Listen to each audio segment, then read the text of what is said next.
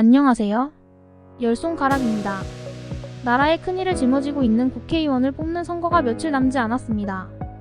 사실 유튜브는 좌든 우든 좌든 한쪽으로 치우쳐서 이야기해야 떡상각이지만 저는 그냥 제 생각대로 이야기하도록 하겠습니다. 각자의 투표권을 잘 행사하시기를 바라며 이번 영상에서는 정치병에 빠지면 안 되는 이유에 대해 이야기하도록 하겠습니다. 첫째, 사람이 없어 보인다. 제가 얼마 전 다쳐서 입원을 한 적이 있었는데 그때 병실을 같이 사용하던 사람이 한쪽으로 엄청 치우쳐서 이야기하는 것을 들었습니다.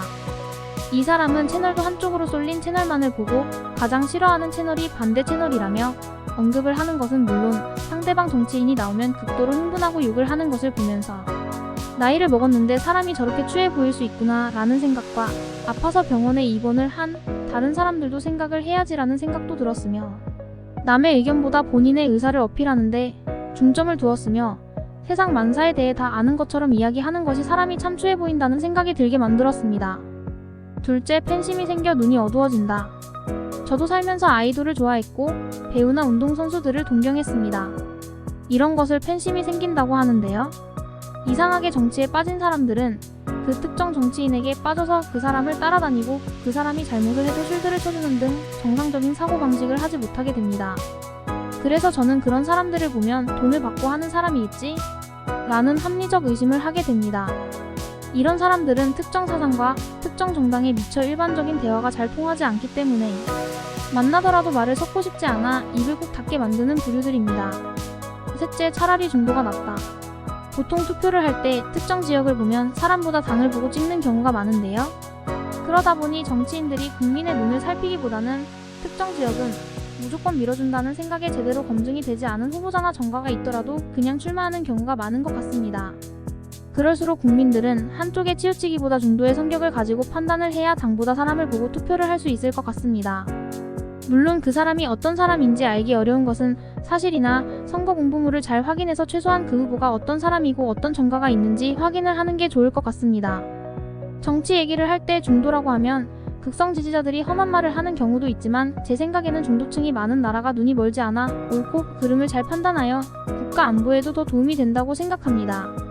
넷째, 어차피 그 사람이 그 사람이다. 언제부터인가 우리나라에는 보수도 진보도 없다라는 말을 참 많이 듣게 되는 것 같은데요.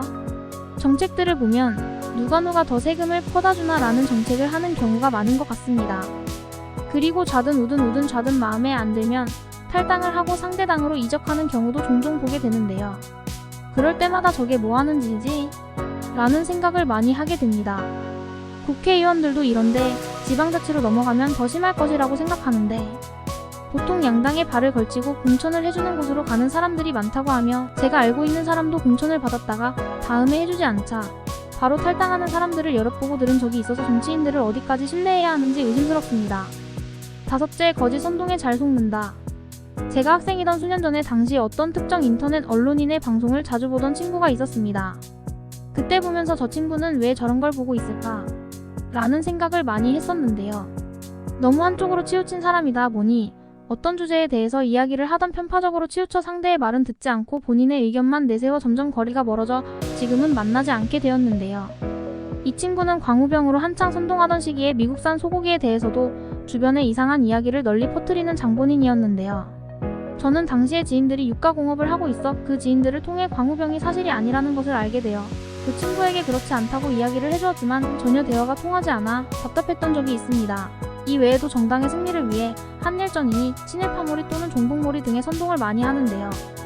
대한민국이 구한말처럼 국제적으로 힘이 없는 나라가 아니기 때문에 정말 쓸데없는 선동놀이는 그만들 하시고 정치인들이 입으로 자주 내뱉는 민생에 대해서 신경을 썼으면 좋겠습니다.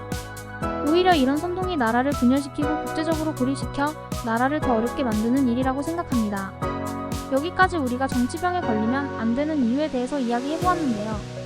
대한민국이 역사적으로 외세의 침략을 받아 나라가 어려워졌던 사건들은 국민의 잘못보다 위에서 정치를 잘 못하는 정치인들 때문에 국가적인 치욕을 많이 겪었다고 생각합니다.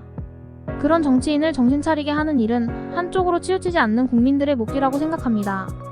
며칠 안 남은 선거에서 투표권을 잘 행사하시길 바라며 이번 영상은 여기서 마무리하도록 하겠습니다. 구독, 좋아요, 댓글은 영상 제작에 큰 힘이 됩니다.